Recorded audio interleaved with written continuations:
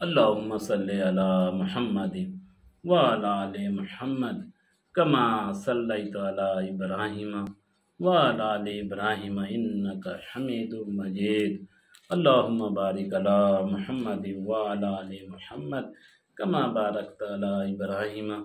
وعلى آل إبراهيم إنك حميد مجيد۔ محترم بزرگوں، دوستوں اور ہمارے عزیز ساتھیوں، اللہ تعالی نے ہمیں آج ایمان و یقین کی مجلس یعنی تعلیم کی مجلس میں ہمارا ہاتھ پکڑ کر ہمیں بٹھا لیا اور اپنا بنا لیا، اور ہمیں نیکیاں عطا فرمائیں، ہمارے گناہ معاف فرمائے، ہمارے درجات بلند کر دیے، حتیٰ کہ ہماری بخشش کر دی۔ یہ پورا یقین ہے ہم کو ہمارے آقا سے، ہمارے رب سے، ہمارے مولا سے، ہمارے مالک سے، کہ وہ ہم کو آج اللہ تعالیٰ نے مجلس ٹوٹنے سے پہلے جوتے چپڑے پاؤں ڈالنے سے پہلے اللہ تعالیٰ ہمیں بخش دیا، اللہ ہمارے گناہوں کو بخش دیا ہے۔ تو آئیے حضور صلی اللہ علیہ وسلم کا ارشاد ہے، نبی اکرم صلی اللہ علیہ وسلم کا ارشاد ہے کہ جو شخص 40 دن اخلاص کے ساتھ ایسی طرح نماز پڑھے کہ تکبیر اولا فوت نہ ہو تو اس کو 2 پروانے ملتے ہیں۔ ایک پروانہ جہنم سے چھٹکارے کا، دوسرا نفاق سے بری ہونے کا۔ نبی اکرم صلی اللہ علیہ وسلم کا ارشاد ہے کہ جو شخص 40 دن اخلاص کے ساتھ ایسی طرح نماز پڑھے کہ تکبیر اولا فوت نہ ہو تو اس کو 2 پروانے ملتے ہیں، ایک پروانہ جہنم سے چھٹکارے کا اور دوسرا نفاق سے بری ہونے کا۔ نبی اکرم صلی اللہ علیہ وسلم کا ارشاد ہے کہ جو شخص 40 دن اخلاص کے ساتھ ایسی طرح نماز پڑھے کہ تکبیر اولا فوت نہ ہو تو اس کو 2 پروانے ملتے ہیں، ایک پروانہ جہنم سے چھٹکارے کا، دوسرا نفاق سے بری ہونے کا۔ فائدہ یعنی جو اس طرح 40 دن اخلاص سے نماز پڑھے کہ شروع ہی سے امام کے ساتھ شریک ہو اور نماز شروع کرنے کی تکبیر جب امام کہے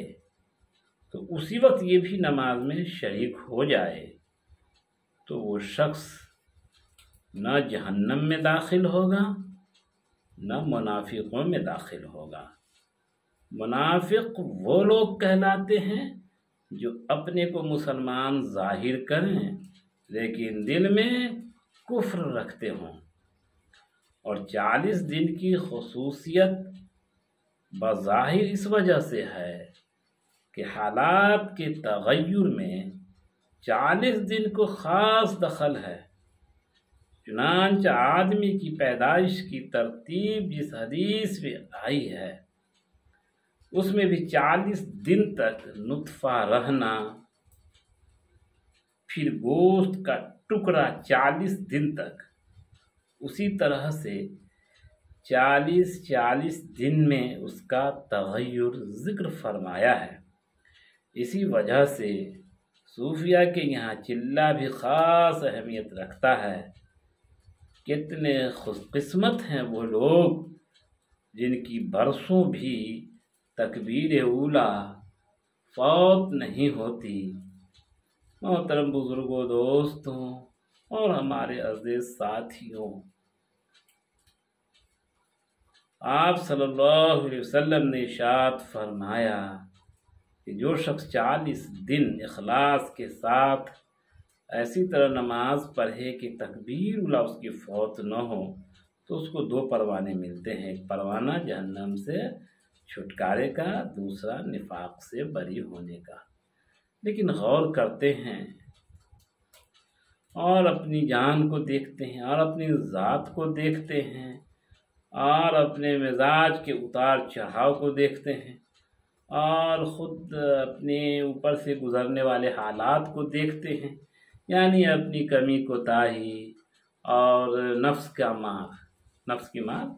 اور اپنی کمی کوتاہی، اپنی بری عادتیں اور تغیر خیالات، تو اس بات سے یہ ظاہر ہوتا ہے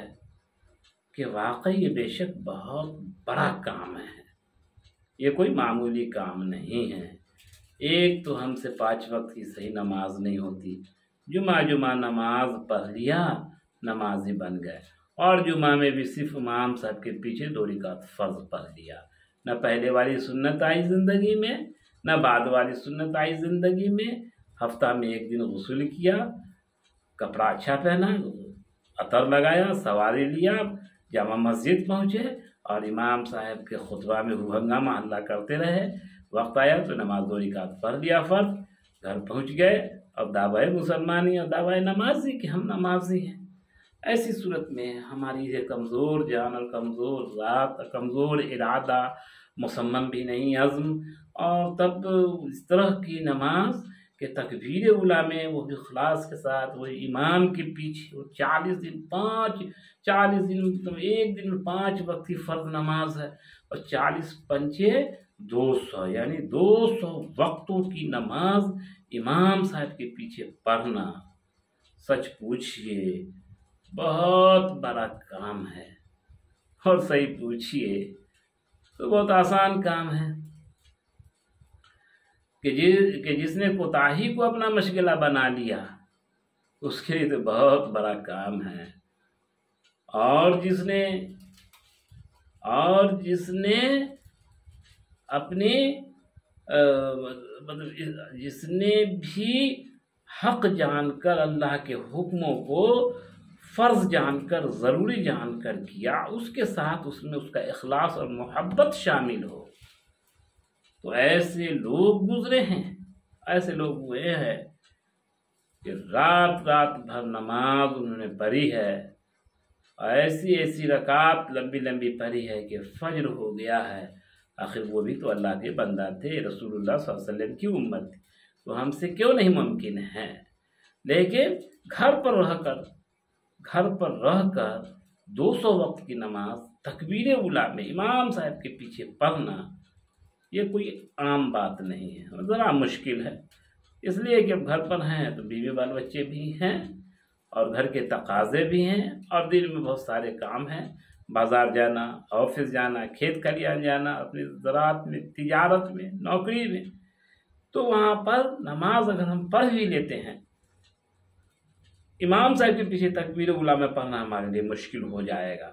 تو آخر میں فائدے میں یہ لکھا ہوا ہے کہ یہاں اسی وجہ سے صوفیہ کے یہاں چلہ بھی خاص اہمیت رکھتا ہے۔ صوفیہ کا بزرگان دین کے یہاں خانقاہ پہ جب لوگ گئے اور چلہ لگایا تو اللہ والے کے ساتھ رہے، اور اللہ والے ہمیشہ ذکر و فکر میں رہے، اور جو لوگ وہاں پہنچتے ہیں مریدین ہوتے ہیں تو ان کو سبق دیا جاتا ہے، 40 دن وہیں رہیں گے، وہیں سوئیں گے، وہیں کھائیں گے پیئیں گے، تو وہاں ان کو اس بات کی آسانی ہے کہ حضرت محترم استاد یا صوفی صاحب یا وہ جو